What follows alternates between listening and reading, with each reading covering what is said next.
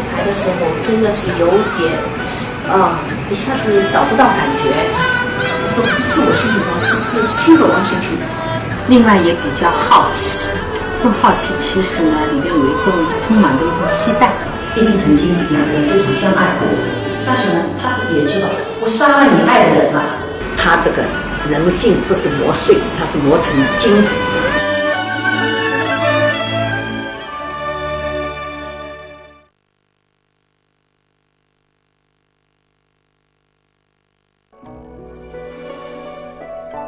千头万绪仍纠缠。随着同名电视剧的热播，甄嬛成了家喻户晓的人物。皇上雨露均沾，后宫上至皇后，下至嫔妾，各种甄嬛体的网络流行语更是推波助澜。皇上的姐姐真是体贴，反贵人若是喜欢，我便赠予你一些吧。这一热点社会现象被上海越剧院敏感捕获。总弟弟，你起来上去！怎么我在写镜子小菜？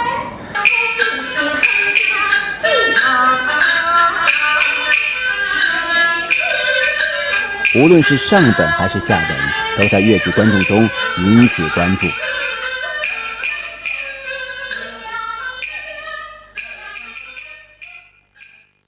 去年呈现舞台并获得诸多成绩的上本甄嬛，主演阵容几乎是上海越剧院清一色的新生代青年演员，由李旭丹饰演甄嬛，杨廷娜饰演皇帝，张雨枫饰演清河王，史彦斌饰演沈眉庄，王柔桑饰演温实初，裘丹丽饰演华贵妃，陈慧迪饰演安陵容。青春靓丽，流派纷呈，展现了上海越剧院新生代群星华丽阵容。特别是我们青春版的那个甄嬛上集演了以后，受到了大家一致的好评。然后对越剧院来说呢，也推出一大批青年演员。其中徐派小生杨廷娜和京派花旦史彦斌因在该剧中的出色表演，分别获得了第24届上海白玉兰戏剧表演艺术奖配角奖和新人配角提名奖。你可看清楚点，到底是被人推下后堂，还是自己设作了所为？然后他那种心机，他那种城府，我都拿不下来。瑞红老师啊，我们慧丽老师啊，他们都会来剧场来看我排练，他们都给我指点，这个动作，这个眼神要怎么样才有霸气。到了舞台上演出之后，还是得到了观众的认可，也专家也非常鼓励我，觉得还不错。甄嬛的原著小说改编的电视剧，包括之前越剧院上演的上本，都是后宫群戏。舞台上一股浓浓的青春风，展现了上海越剧院新生代们各流派的整齐阵容，也是青年版演绎上本的优势所在。这批女孩子就是入宫的时间17、18岁，那么相应来说，我们的这批就是青年演员跟他们就是状态漂亮，都比较接近。上部呢也适合青年演员，也适合一些甄嬛的一些爱好者，尤其这些女孩子们，一些青年人。观众给予他们的认可，我觉得是非常成功的，他们比较喜欢这个题材。而下本的改编，编剧则着力砍除枝蔓，突出主线，把故事的感情线聚焦到甄嬛、皇上、清河王、华妃4个人物的感情纠葛、心理挣扎之上。滴血验亲以后，这个人物发生了一个非常大的变化。当我为甄嬛扫清了一切障碍的时候，我觉得我的使命完成了。你不该爱上一个不该爱的，其实他气死了，不该爱的女人。华妃她是对皇帝比较专一的一个女性，也是非常悲情的一个女性角色。这主要是出于对越剧舞台容量和越剧审美视角的考虑。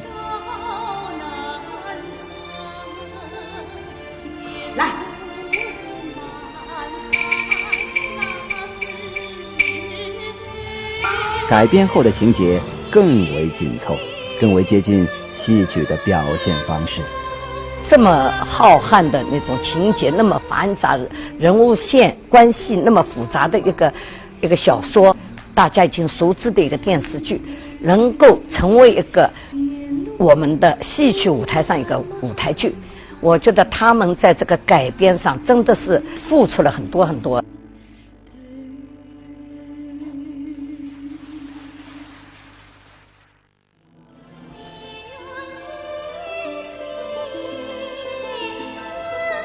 尤其是为了适应粤剧的剧种特色，故事最后的走向追求的人性本真，以此表现爱的回归。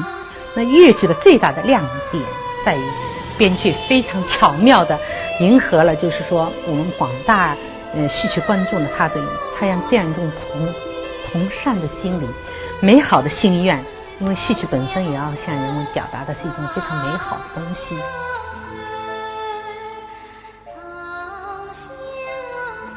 为这场轰轰烈烈的爱毫无遗憾地离开。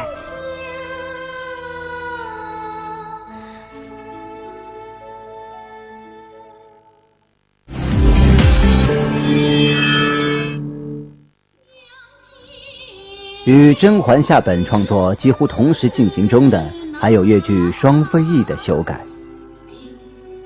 钱惠丽、王志平、黄慧，这双飞翼中被誉为铁三角般的组合，整整齐齐挪失甄嬛排练场。故事变了，人物变了，矛盾冲突、立场地位全然不同。这样上午双飞翼，下午甄嬛的节奏，角色的反差，对演员到底会不会产生影响呢？我刚刚排了双飞翼，接下来就排这个甄嬛了。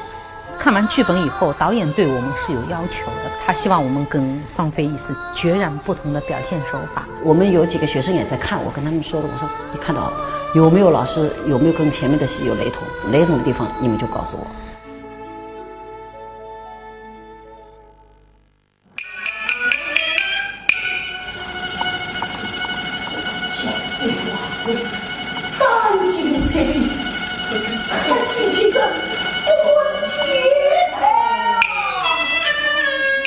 刚纠结完双飞翼场场高潮戏带来的巨大压力，又投入到下本甄嬛皇帝一角的塑造之中。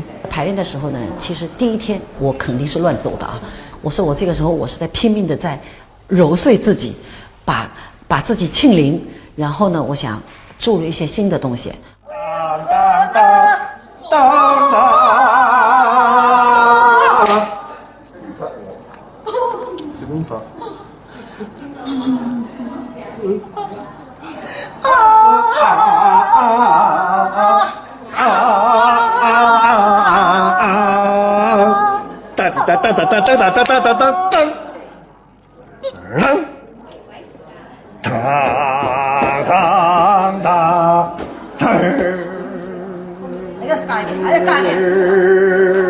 钱惠丽的戏份压力虽然轻了不少，但是人物的复杂程度却大大增加。我的印象中就是这个人物肯定只有焦黄老师能够演好，就这种感觉。那你想想，这个人物是什么样的人物？肯定是一个非常有难度的人物。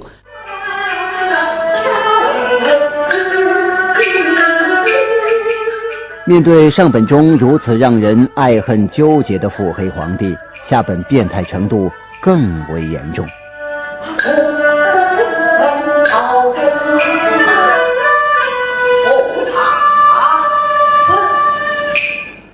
预备，开始。皇帝的角色戏真的非常好，我觉得这个文本来看呢，这个皇帝尤其是死的那一场戏，我觉得非常丰富。我想表演出一些皇帝的一些猜忌性，一些死之前的那种变态那种心理。而角色塑造也更为复杂。他跟华妃之间的感情不仅仅是爱情，我觉得他真正的爱情应该是和甄嬛之间有爱情。没有想到呢，他不太顾及我的感受，我是皇帝啊。你说他多情吧，他确实也是多情的一个皇帝，但是我觉得他是更爱这个国家，更爱这个皇权。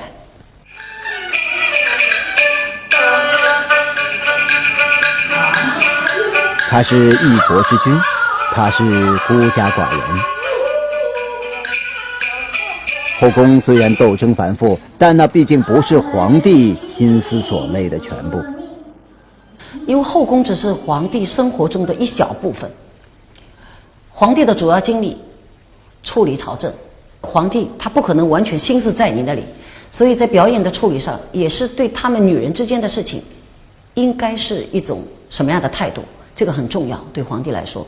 深入的分析人物，钱惠丽为角色做出了自传般的刻画。他又是一个不是没有感情的皇帝，他确实是一个有情多情的皇帝，他也是一个非常会治国、非常会利用人的一个皇帝。所以我说他既是个工作狂，又是个政治家，他肯定是极度敏感。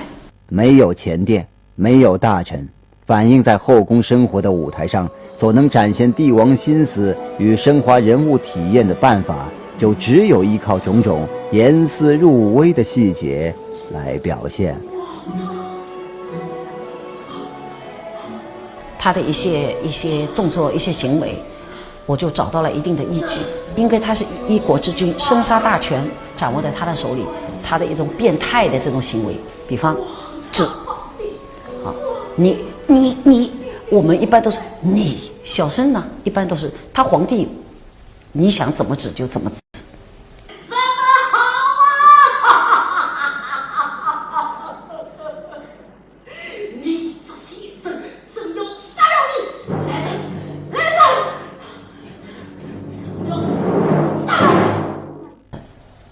苍天呐，这3个字，我们有很多戏都有苍天呐，但是这个苍天呐，我怎么个叫法？我认为这个皇帝的苍天呐，一定要叫得与众不同，与别的角色一定要不一样。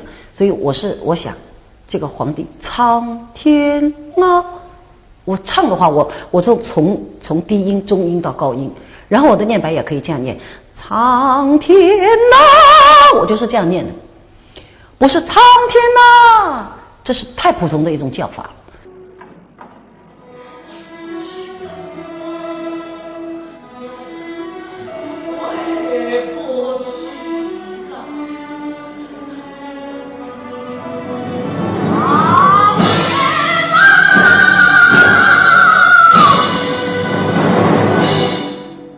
他睡的时候，我是把它设计成，因为他是好像是我们舞台上是一个塔了，然后他在睡的时候呢，我都把一个手就抓住他的床边，它是一种心理防御的这个一种习惯性的一个动作，因为他是个工作狂，因为他要治理国家，因为这个国家发生了很多事情，他随时可能起来，因为他杀了很多人，随时要保护自己，要起来要逃命，所以呢，我觉得他应该手有个地方可以把它支撑。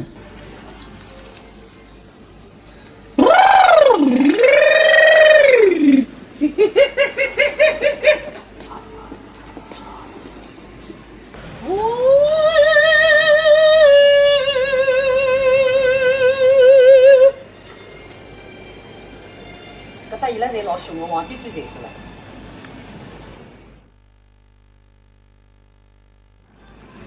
一往真心不想失去你。这纵死也要气宇轩昂的一国之君，真的到了大刑那刻，赴死之态的确要好好琢磨一番。一国之君年轻轻就死了，一个带着那么多问号的一个皇帝，他死之前，他脑子是清醒的，所以他想有很多问题还想问。为什么赤目天下臣不挂呀？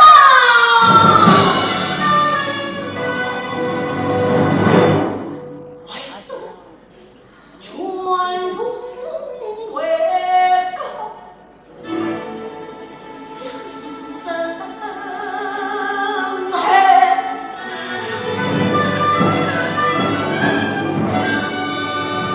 实际上他既想听，但是呢又怕听。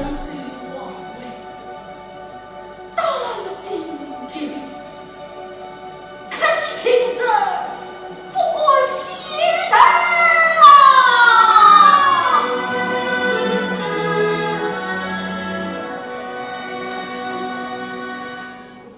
最要紧的就是这个孩子的问题，这个孩子究竟是谁的孩子？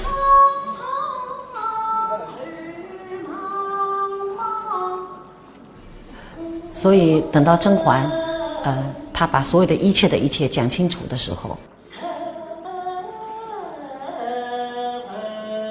我当时就认为她讲清楚，实际上就是死神已经到了，死的时候已经到了。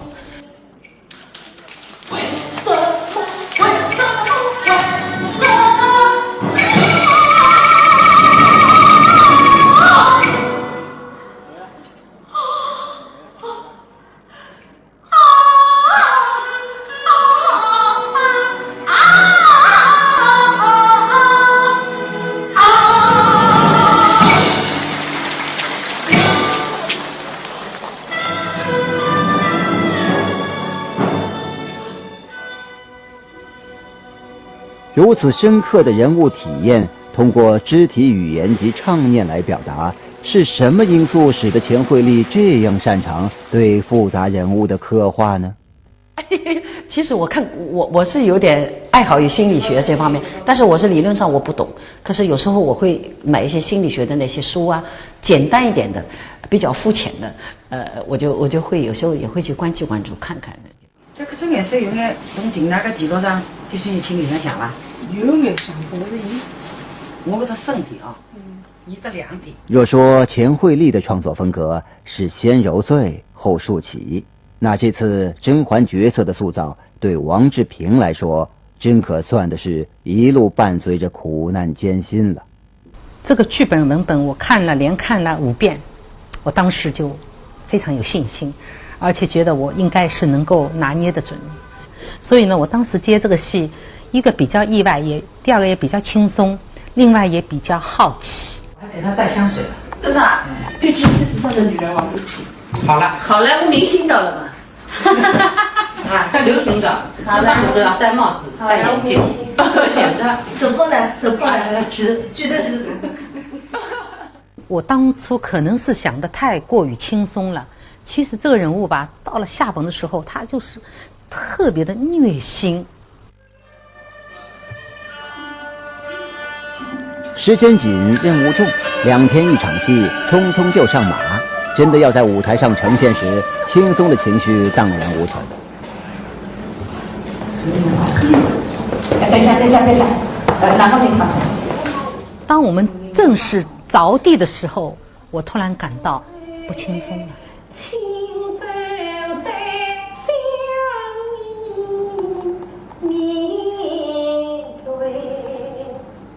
他的感悟，他的思想上的升华，包括他最后一场，这是我们下部甄嬛一个。王志平念念不忘的第6场啊，最需出戏的那一场，居然吃到个无情的大批评。有一次那个我们院长的编剧对吧，他到那个排练厅，我们初排的时候，还在排第6场的时候，他那天给到我蛮大的压力的。其实他也是着急，他来，我上午刚刚拉完第6场的时候，他突然下午来看第6场排练，他看了以后，我相信他是不满意的。然后呢，他也讲话也比较不客气，他说这人物好像跟他的想象当中有距离，总觉得这人物不够细腻，不够甄嬛。那当时我就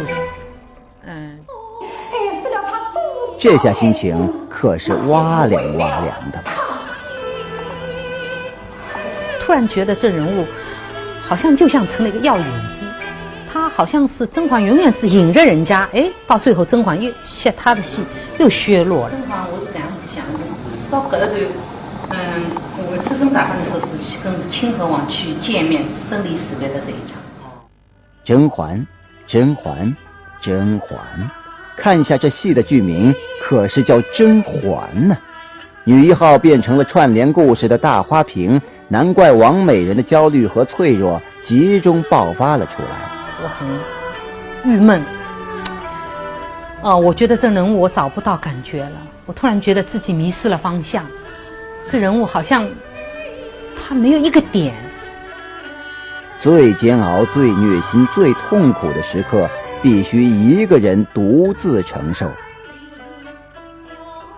然后真的从那天开始，我就一下子就进入了一种失眠的状态，身心焦虑，一种疲惫的这样状态，越是这样越是睡不着觉。这巨大的压力和精神上的折磨让人好心疼啊！哎，王娘娘要加油啊！这回轮到你来体验一把当日钱一山排双飞翼时的感受了吧？这人物不对劲儿，不是甄嬛，或者是李甄嬛，差距很远很远。人物不对劲，问题到底出在哪里？对的，真的是越是焦虑吧，他就是越是就很脆弱。那时候的感情非常的脆弱，排到有的时候甚至于进排练厅啊，我从来没有感觉走进排练厅会有一种怕的感觉。这个以前是从来没有过的，从来没有这样怕过。害怕走进排练厅的女一号，以前听说过。王志平甚至一度在心里打起了退堂鼓。各种毛病全部都上来了，溃疡啊，这种焦虑啊，那个感冒的预兆啊，哎呦！幸好得到了恩师王文娟的鼓励。王美人决定不言放弃，再苦再难也要坚持。我觉得我们这个创作啊，在孕育过程当中，它这个最煎熬的，这种最虐心的、最痛苦的时候，完全就是要自己来全部的承受。压力，什么时候有个自由呼吸的，但是有点美好的期盼。介绍他们说的，我总觉得下一场我真的担心。前面怎么难排，他有时候嘛，他有时候下一场了，就是后来帮我现在我给他，下一场色彩呢是不会差，但是可色彩的话提升了。小编此刻的心情已经跟着排练的进程一起被虐了千百遍。王教授一定要咬牙挺住，渡过难关，竖起人物，完美呈现呐！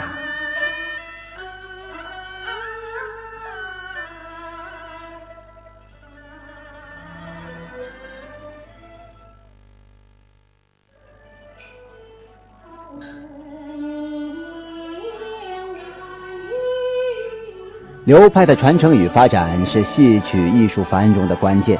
流派演绎不到位，即便是动听的如清泉流水也不管用。观众们好的是这一口耳熟能详的戏味儿。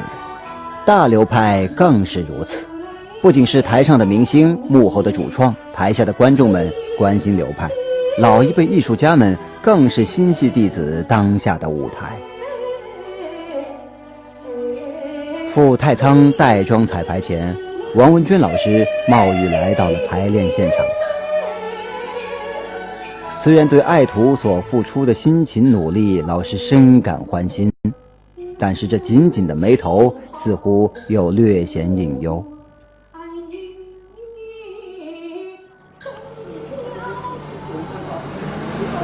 落雨，王老师落雨。落雨。不要进来，别进来，小雨不要进。离排练厅，小编主动送王老师去搭车，其实是为了趁机搭讪。这位偶像级的老艺术家，您此刻真实的想法究竟如何呢？这有2个多小时呀，一场，那么不是像电视剧的，他什么都可以表达出来。甄嬛这个人物的，他的性格的转变，他是随着那个环境逼迫他是演出了，对不对？那么多的细节没有很好的，那不可能全部都表现出来。所以讲整个那么多整个这个老有唱出来，那就比较差一点。这个演员比较难表演。不过他也演得不错。传统的戏呢，他譬如像变竹春一样，他改衣服，他有多少时间？3改1，他讲的很出色。不好意思。但是这个戏呢，不可能他一点一点的读啊，所以呢，现在只能讲出来。是比较难的，演员也难演的。你譬如一个人啊，不管有多大的仇恨，但是等他要死的时候，你应该还是给他一点温暖。但是为什么甄嬛要对皇帝这么冷酷呢？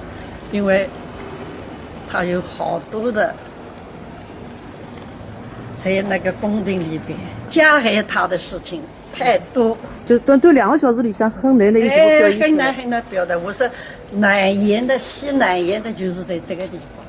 对对，我想慢慢的一点点修行会得好的。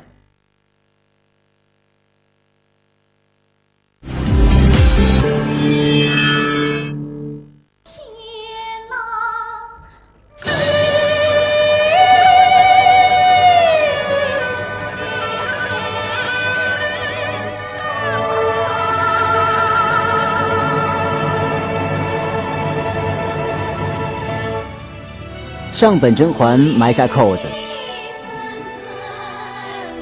他与她后宫缠绵，情根深重；他与她冲破樊笼，跨越雷池；他与她心意暗通，款款有情。各种伏笔深埋，剧情渐入佳境，却在一场突如其来的滴血认亲中戛然而止。各种矛盾在此交汇碰撞，让看过上本的观众心痒难挠，引颈期盼了将近1年。这扣子要如何化解？有一个人物起到了关键的作用。我觉得我的任务就是这个戏里面的任务，就是为甄嬛扫清一切障碍。双飞翼中令狐桃的扮演者黄慧，在甄嬛下本中一改英气老生扮相，潇洒倜傥的清河王要继续以陆派小生来塑造。令狐桃是黄慧今年的第1重惊喜，清河王这角色可算的是第2重。可以说进入清河的排练的时候，我还没有真正走出令狐桃的那个角色。所以当拿到剧本看的时候，只要看到唱腔的部分，容易把令狐的唱腔会跳出来。这是一个相对腹黑皇帝而言较为讨巧的小生角色，只是老生小生2门报的黄慧刚从令狐桃的角色中出来，立即要进入清河王的状态，也不是件容易的事儿。其实说到底，到现在为止，我心里还不是特别有底。排练场一旁的化妆间变成了休息室，各种装备虽也齐整，但是清河王的形容何以越来越憔悴了呢？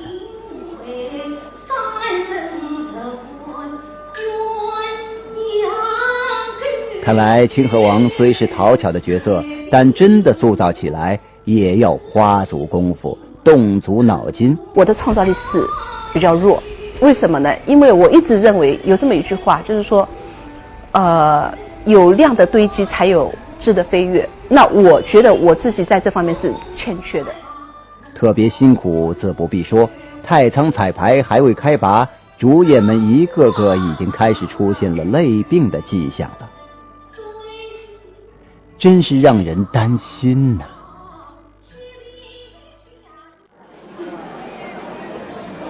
铁三角台上台下各种爱恨情仇，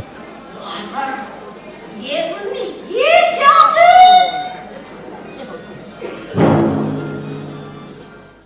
婉儿也是你教的了。皇兄来赐我婚，他知道我跟甄嬛有情感在。他当时是猜测还是已经知道了？他其实应该是猜测，不是一句话能够讲得清楚这个时候的一种心理的一种感觉，一种感受。钱惠丽说起与黄慧的多年合作，满含兄弟之情。去露了真心，你为什么要泄露真心？为什么？你就不能接着气我甄老师吗？跟黄慧这个之间呢是大多数还是兄弟之间的关系，韩非子也是兄弟，然后双飞也是兄弟，这里也是兄弟。黄慧有时候也演老生，老生们演我的长辈，总是他来骂我，总是黄慧来骂我。《红楼梦》里的吃宝玉就是他骂我，然后双飞义里也是他骂我。哎，各个角色都是自己挨骂，这一次真是有机会大翻本了。这次呢，就是轮到我骂他，我说我骂到啥小事儿，我把他杀了，痛痛快快的杀掉他吧。终于我把他杀了。哦哟，上一个戏嘛，我赶你走，这个戏嘛，你把我杀了，是不是来报复的？这笑话啊，真的是，真的活生生的被我杀了。我说，这个就是一种报仇。而被腹黑皇帝阴险毒杀的帅王爷，说起仇家，心中却满溢感激之情。那有一点我要说，我要感谢惠丽，真的是，他是一个特别会创造角色的一个演员。特别是在表演的节奏的掌控上，我们真的是太值得我学习了。他而且有一点非常好，他乐于跟我们分享。细细想一想，这位皇帝，你也不要高兴得太早，这次的翻本不算彻底呀，好好回味一下吧。毕竟人家这次又暗暗地阴了你一道，胜了你一筹啊！刹车，此处不宜剧透太多，留给观众们到剧场里去看个所以然吧。红楼经典徐王荡，钱惠丽与王志平。皇上与娘娘虽然舞台上婚姻失和，一个腹黑，一个虐心，你防我，我斗你，但是幕后台侧两人互相间的关系默契可是真心的缠绵呢。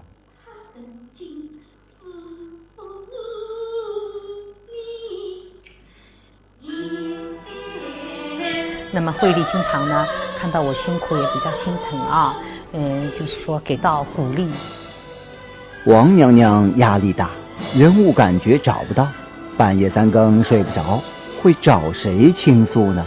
到底是儒雅风流的清河王，还是腹黑虐心的前皇上？时间又短又焦急，然后那个特别的脆弱。那天我记得我半夜快12点了，我给惠丽打了个电话，我说我突然觉得自己很无助，我都怀疑自己好像这样再下去，我这人物好像我就没有任何的把握能够把它塑造完成。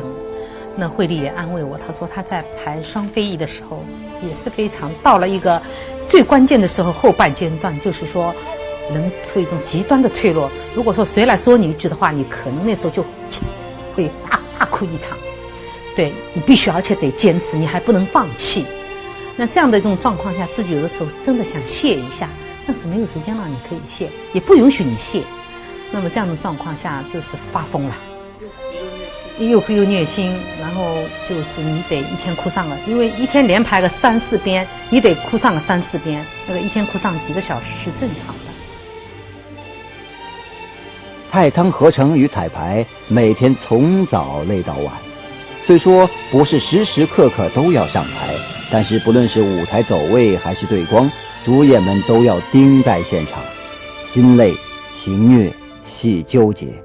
终于各位主演开始一个一个扛不住了，是非常痛苦非常虐心。到结果呢是黄慧也感冒了，志平也生病了，到处都是瓶瓶罐罐的药缸子，到处都是疲惫不堪的身杆子。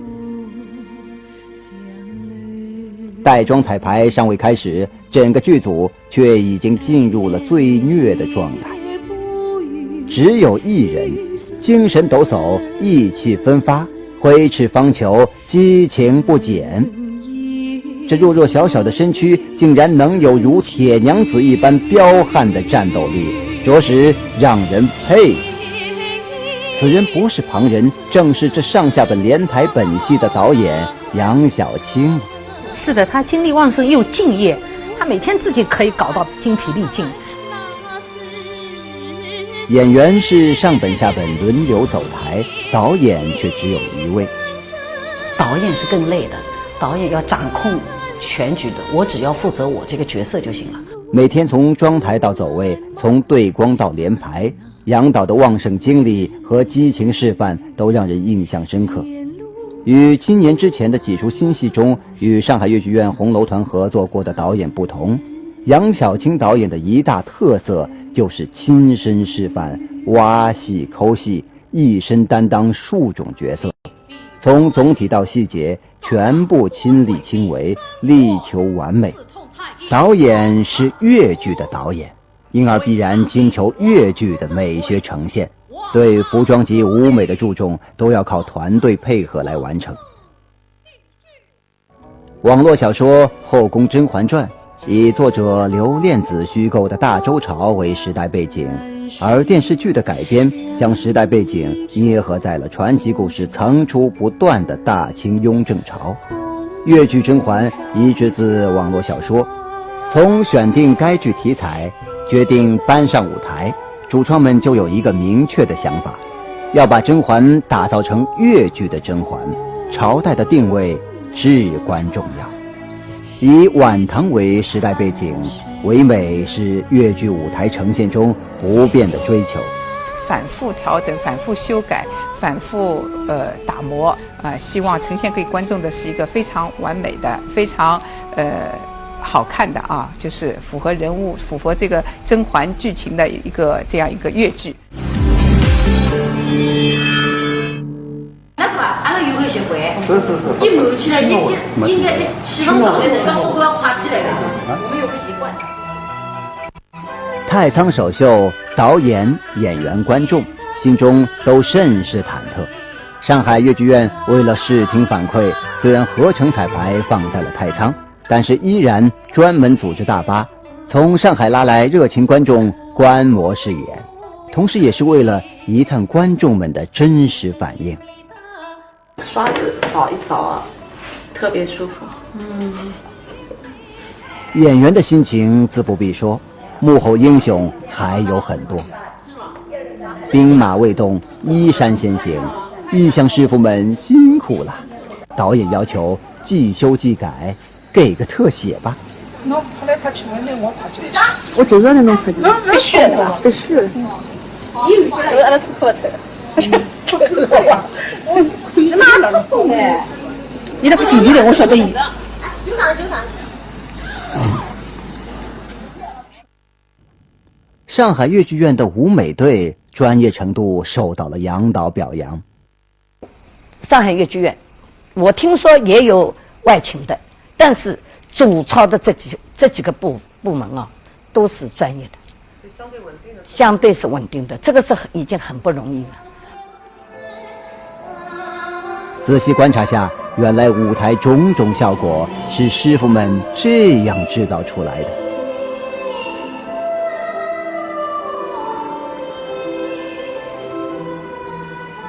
演员台上辛苦演出，侧幕边的舞美师傅们也是一场大战的架势。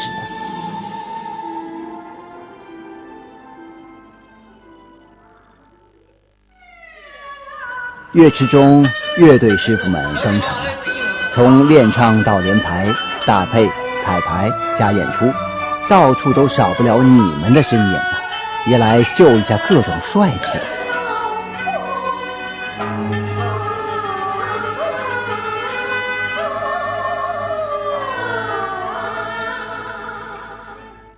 灯光师傅要紧时候出了个小岔子，真为你们捏把汗啊！幸亏导演紧急调度，沉着指挥，大家伙临时合力想办法，终于克服困难，保得平安。最后时刻又亮起了灯。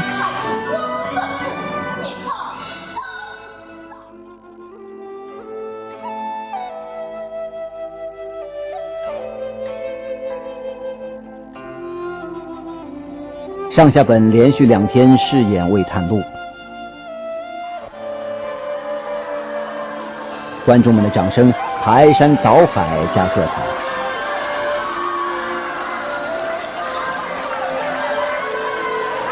激动的观众们包围了后台，各种支持与鼓励，暖暖的热情在剧场内外洋溢。总该可以庆功了吧？好像还不行。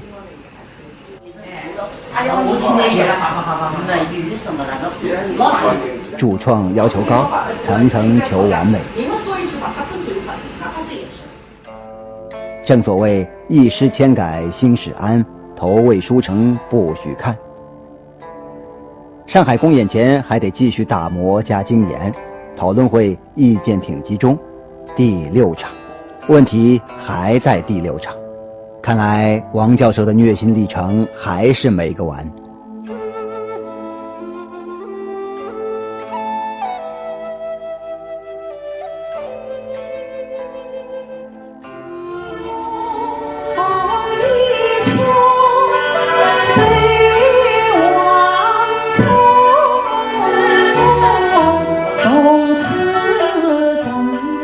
唱腔推倒要重来，这味道到底差在哪里？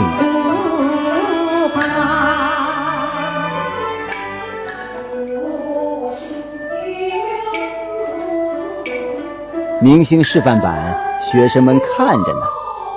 王教授别丢饭。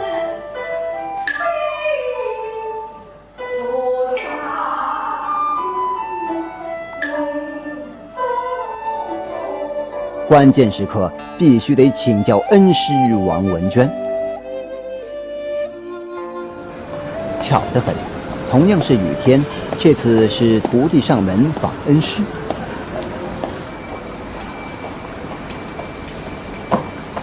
哎，老师是我。老师哎。哦。老师啊。是的。哎，你来了。哎，好。老师，侬没吃过吧？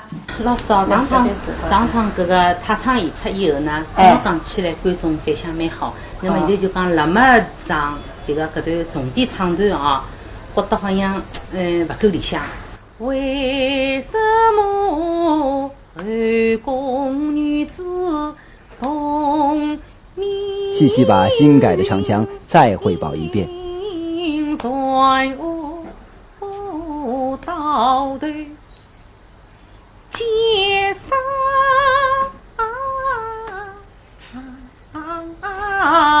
喂，把你沉重的心情啊，全部都飘掉了。我是这样考虑，你跟什么跟做出商量。怎么精致，怎么修饰，老恩师细细来指点。前面4个字还可以，后面3个字呢，这个腔啊，不说。到头啊，为啥的呢？不是，你是非常恨这个字的，所以顺我到头。这下心里有底了。当滴答当当滴当当，要这样，好吧？戏曲的传承重师门，承上启下靠的是尔等中生代。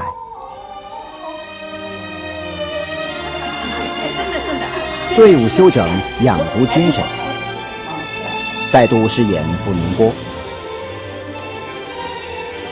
宁波粤剧节上听反馈，这一次观众们的反馈更强烈。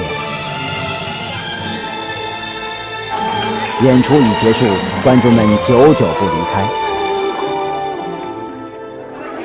后台又成了主战场。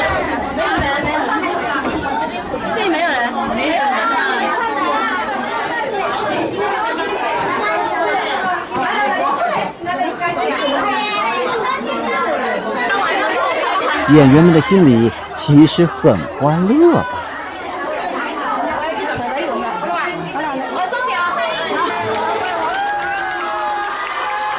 这样强烈的演出效果证明了粤剧观众的认可。满意100分，连夜踏征程。大巴缓缓驶离宁波，回到上海再加打磨，信心满满地呈现到上海艺术节的舞台上。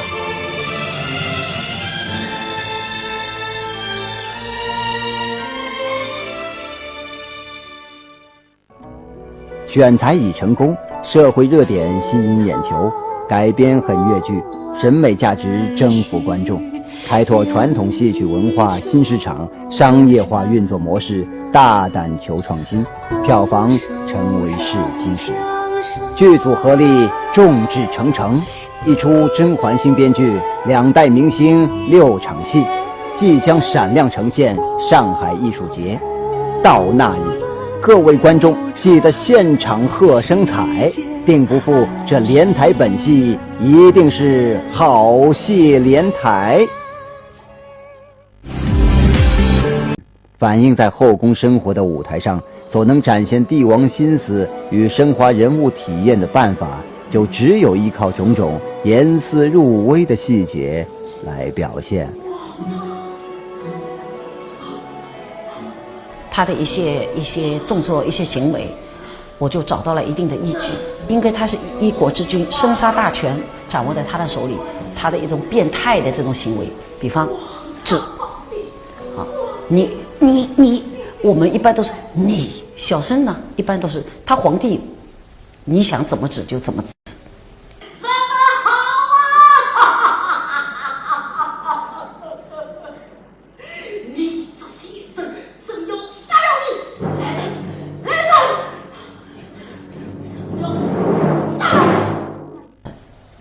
苍天呐，这3个字，我们有很多戏都有苍天呐，但是这个苍天呐，我怎么个叫法？我认为这个皇帝的苍天呐，一定要叫得与众不同，与别的角色一定要不一样。所以我想，这个皇帝苍天啊，我唱的话，我就从低音、中音到高音，然后我的念白也可以这样念，苍天呐，我就是这样念的，我是苍天呐，这是太普通的一种叫法。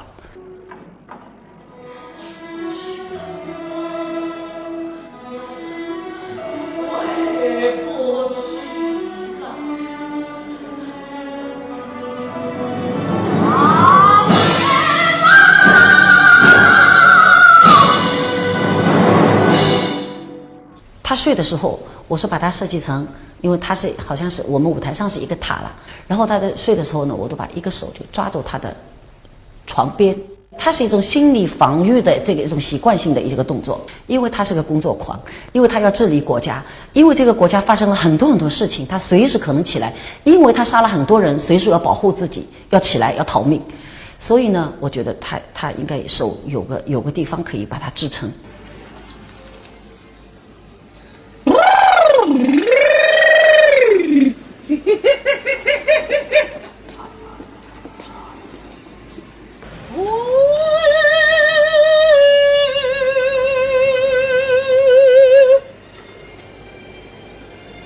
搿搭伊拉侪老凶个，皇帝最残酷了。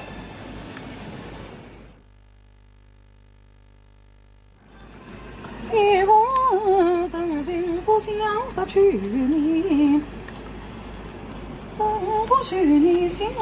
这纵死也要气宇轩昂的一国之君，真的到了大刑那刻，赴死之态的确要好好琢磨一番。一国之君年轻轻就死了，一个带着那么多问号的一个皇帝，他死之前，他脑子是清醒的，所以他想有很多问题还想问。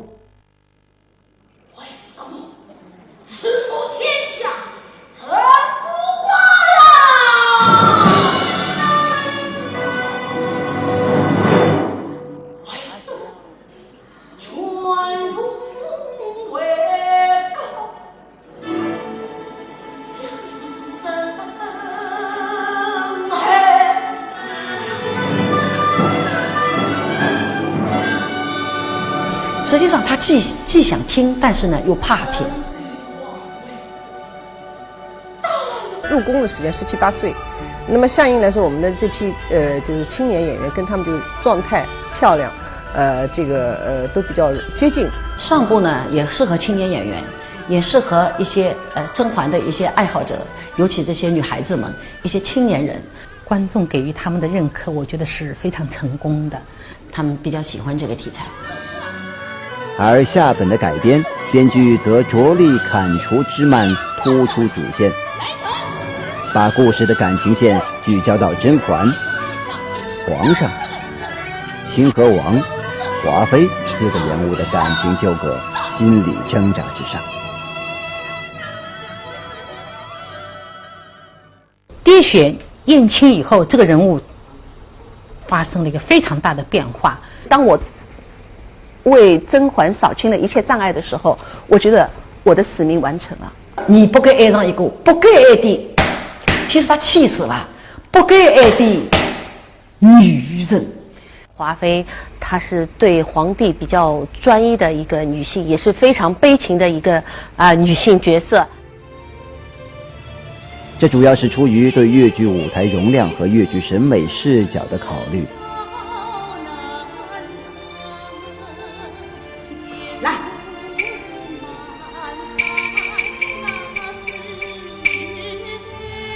改编后的情节更为紧凑，更为接近戏曲的表现方式。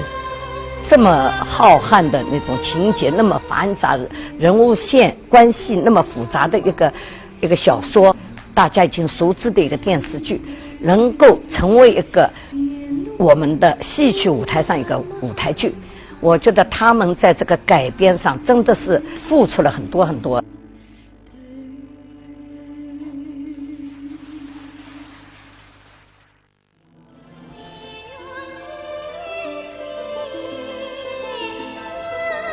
尤其是为了适应越剧的剧种特色，故事最后的走向追求的人性本真，以此表现爱的回归。那越剧的最大的亮点在于编剧非常巧妙地迎合了，就是说我们广大戏曲观众的他这样一种从善的心理、美好的心愿，因为戏曲本身也要向人们表达的是一种非常美好的东西。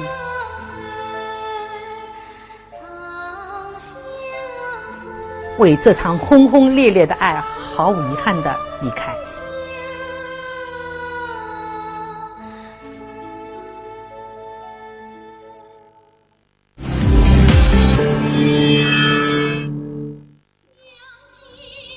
与甄嬛下本创作几乎同时进行中的，还有越剧《双飞翼》的修改。钱惠丽、王志平、黄慧，这双飞翼中被誉为铁三角般的组合，整整齐齐挪失甄嬛排练场。故事变了，人物变了，矛盾冲突、立场地位全然不同。这样上午双飞翼，下午甄嬛的节奏、角色的反差，对演员到底会不会产生影响呢？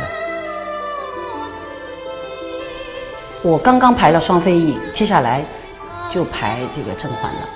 看完剧本以后，导演对我们是有要求的，他希望我们跟上。可是亲自不过携带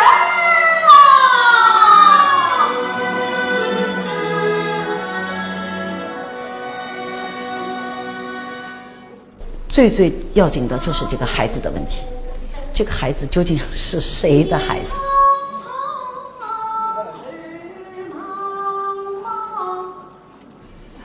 所以等到甄嬛，她把所有的一切讲清楚的时候，我当时就认为她讲清楚，实际上就是死神已经到了，死的时候已经到了。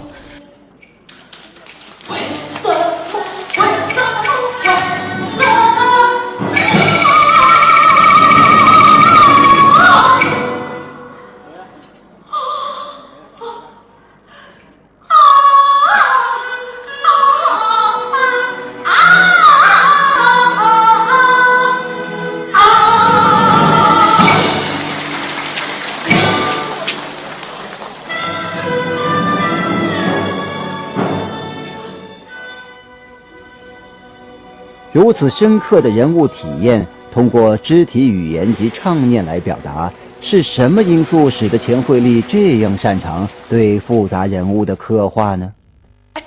其实我是有点爱好于心理学这方面，但是我是理论上我不懂，可是有时候我会买一些心理学的那些书啊，简单一点的，比较肤浅的，我就会有时候也会去关注看看的。这个颜色有眼从订那个记录上，的确请里面想吧。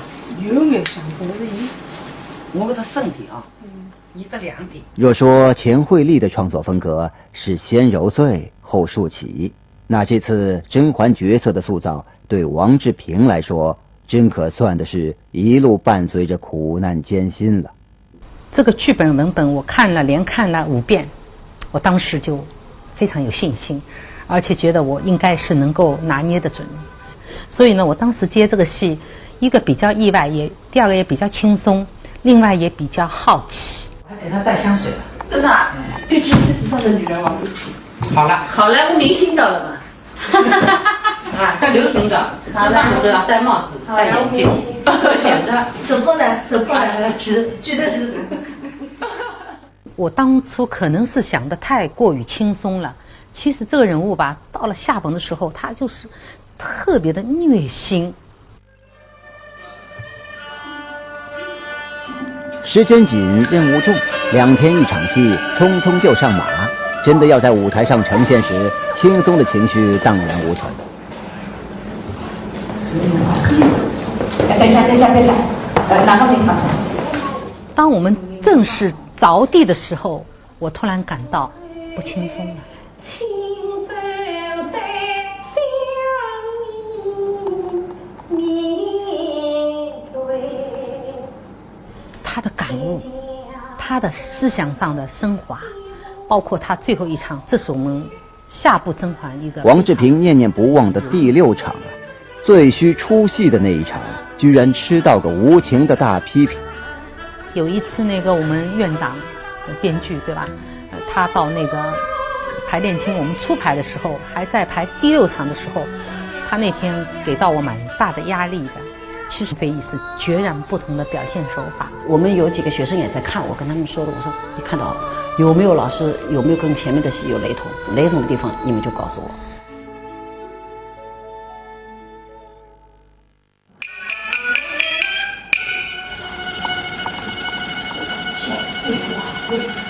当今色里，看清清的我心。刚纠结完双飞一场场高潮戏带来的巨大压力，又投入到下本甄嬛皇帝一角的塑造之中。排练的时候呢，其实第1天我肯定是乱走的啊。我说我这个时候我是在拼命的在揉碎自己，把自己庆龄，然后呢，我想注入一些新的东西。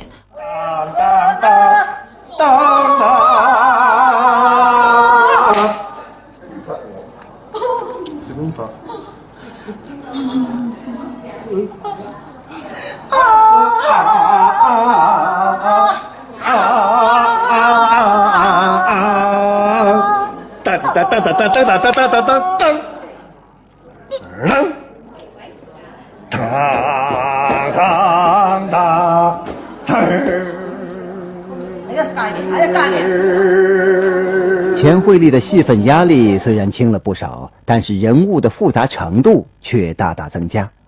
我的印象中就是这个人物肯定只有焦黄老师能够演好，就这种感觉。那你想想，这个人物是什么样的人物？肯定是一个非常有难度的人物。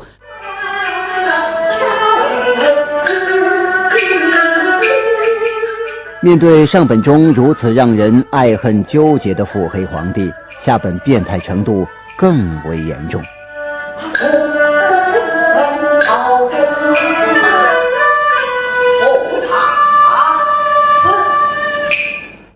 预备，开始。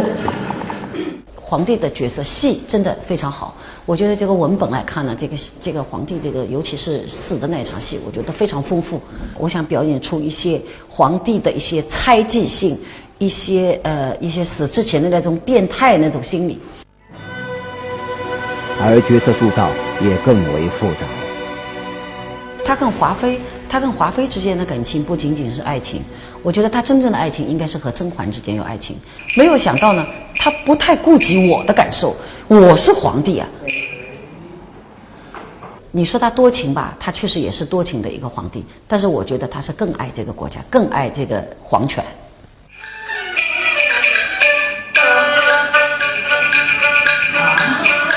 他是一国之君，他是孤家寡人。后宫虽然斗争繁复，但那毕竟不是皇帝心思所累的全部。因为后宫只是皇帝生活中的一小部分，皇帝的主要精力处理朝政，皇帝他不可能完全心思在你那里，所以在表演的处理上，也是对他们女人之间的事情，应该是一种什么样的态度，这个很重要，对皇帝来说。深入的分析人物，钱惠丽为角色做出了自传般的刻画。他又是一个不是没有感情的皇帝，他确实是一个有情多情的皇帝，他也是一个非常会治国、非常会利用人的一个皇帝。所以我说他既是个工作狂，又是个政治家，他肯定是极度敏感。没有前殿，没有大臣。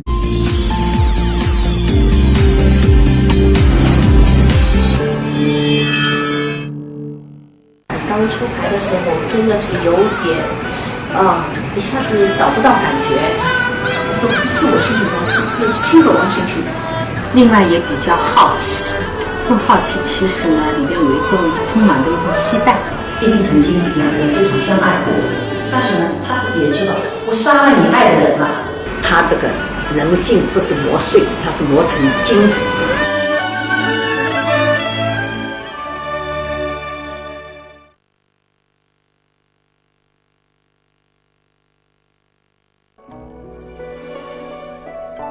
千头万绪仍纠缠。随着同名电视剧的热播，甄嬛成了家喻户晓的人物。皇上雨露均沾，后宫上至皇后，下至嫔妾，各种甄嬛体的网络流行语更是推波助澜。皇上的姐姐真是挺好，婉贵人若是喜欢，我便赠予你一些吧。这一热点社会现象被上海越剧院敏感捕获。总经理一起来上去，怎么我在些金子挑菜？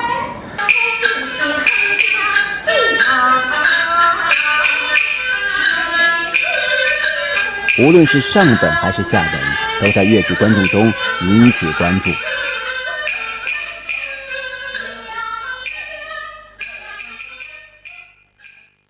去年呈现舞台并获得诸多成绩的上本甄嬛，主演阵容几乎是上海越剧院清一色的新生代青年演员，由李旭丹饰演甄嬛，杨廷娜饰演皇帝，张雨峰饰演清河王，史彦斌饰演沈眉庄，王柔桑饰演温实初，裘丹丽饰演华贵妃，陈慧迪饰演安陵容。青春靓丽，流派纷呈，展现了上海越剧院新生代群星华丽阵容。特别是我们青春版的那个甄嬛上集演了以后，受到了大家一致的好评。然后对越剧院来说呢，也推出一大批青年演员。其中徐派小生杨廷娜和京派花旦史彦斌因在该剧中的出色表演，分别获得了第24届上海白玉兰戏剧表演艺术奖配角奖和新人配角提名奖。你可看清楚点，到底是被人推下后堂，还是自己失足了所为？然后他那种心机，他那种城府，我都拿不下来。